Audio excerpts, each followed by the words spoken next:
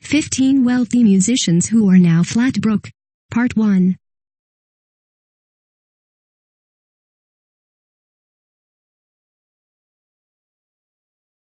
If you are brand new to our channel, we invite you to take a moment to subscribe. Just click on the lit red button as well as the gray bell. Why the bell? Well, it will let you know every time we post a new video. 1. Toni Braxton. When it comes to filing for bankruptcy, I think we could all agree that Toni Braxton deserves a golden medal. Braxton is considered as one of the most successful R&B singers of all time, so much so that she was given the name Queen of R&B back in the 1990s. She has had the opportunity to release many albums, which all performed exceptionally well. Yet for some reason the singer filed for bankruptcy twice in 15 years. Braxton went bankrupt in 1996, and again in 2010 due to an insurmountable amount of debt. The singer claims that her assets amounted to over $1 million, while her debt ranged from $10 to $50 million. The Grammy Award-winning singer still owed about $13 million to her former label, and another $3 million to the IRS and other companies. Luckily for Braxton, she was able to walk away from her $16 million debt by filing for bankruptcy. 2. Mick Fleetwood.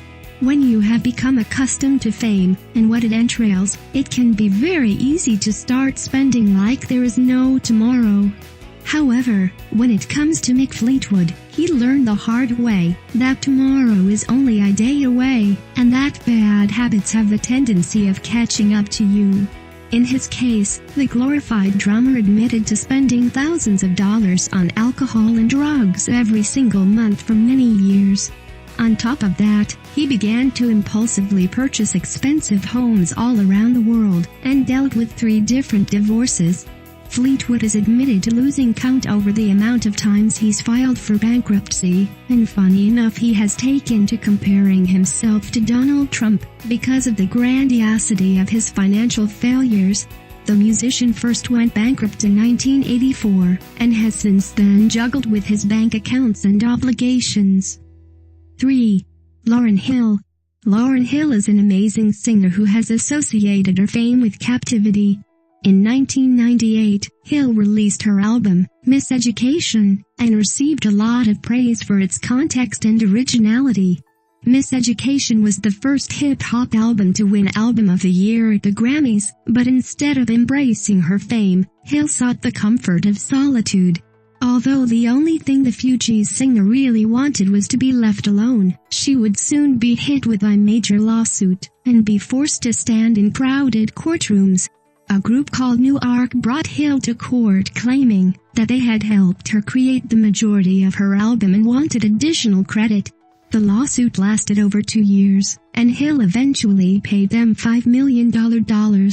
She would go on to spend 3 months in prison for owing back taxes to the IRS and not having the funds to pay.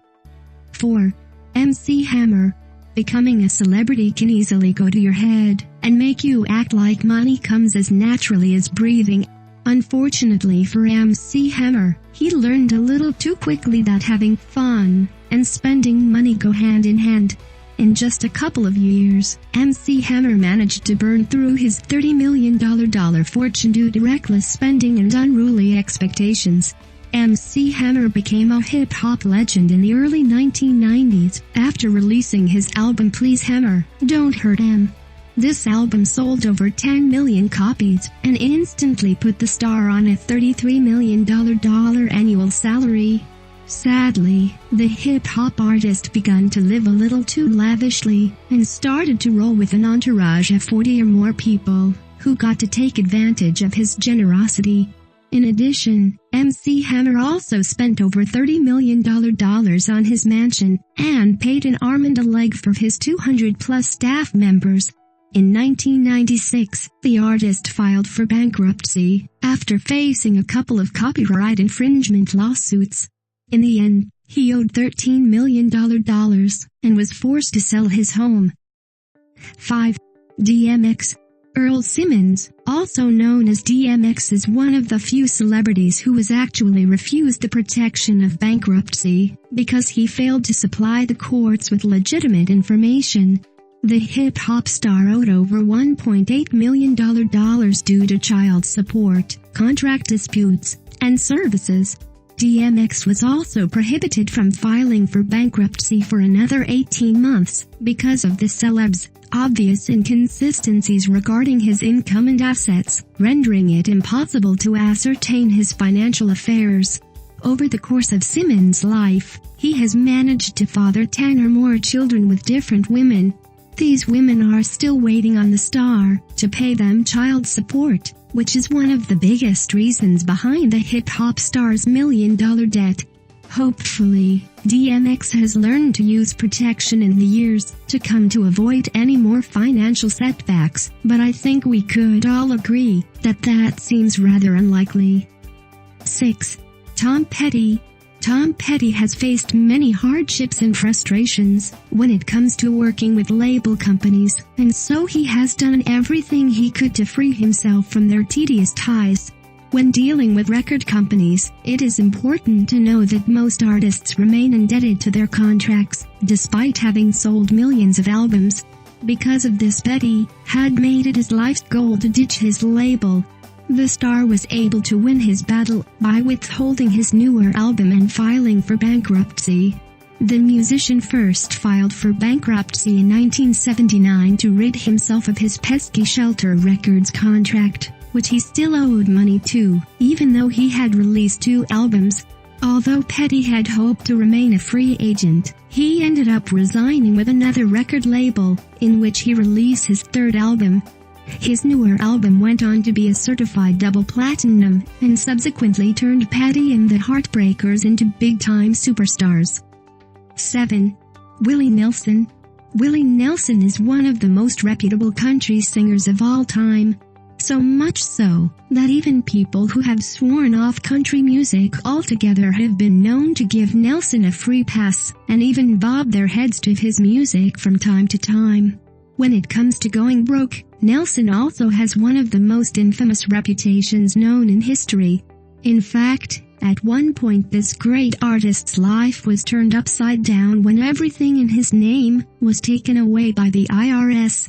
It seems that good old Willie had neglected to pay his taxes, and so the government did what they do best and took what they believed to be theirs.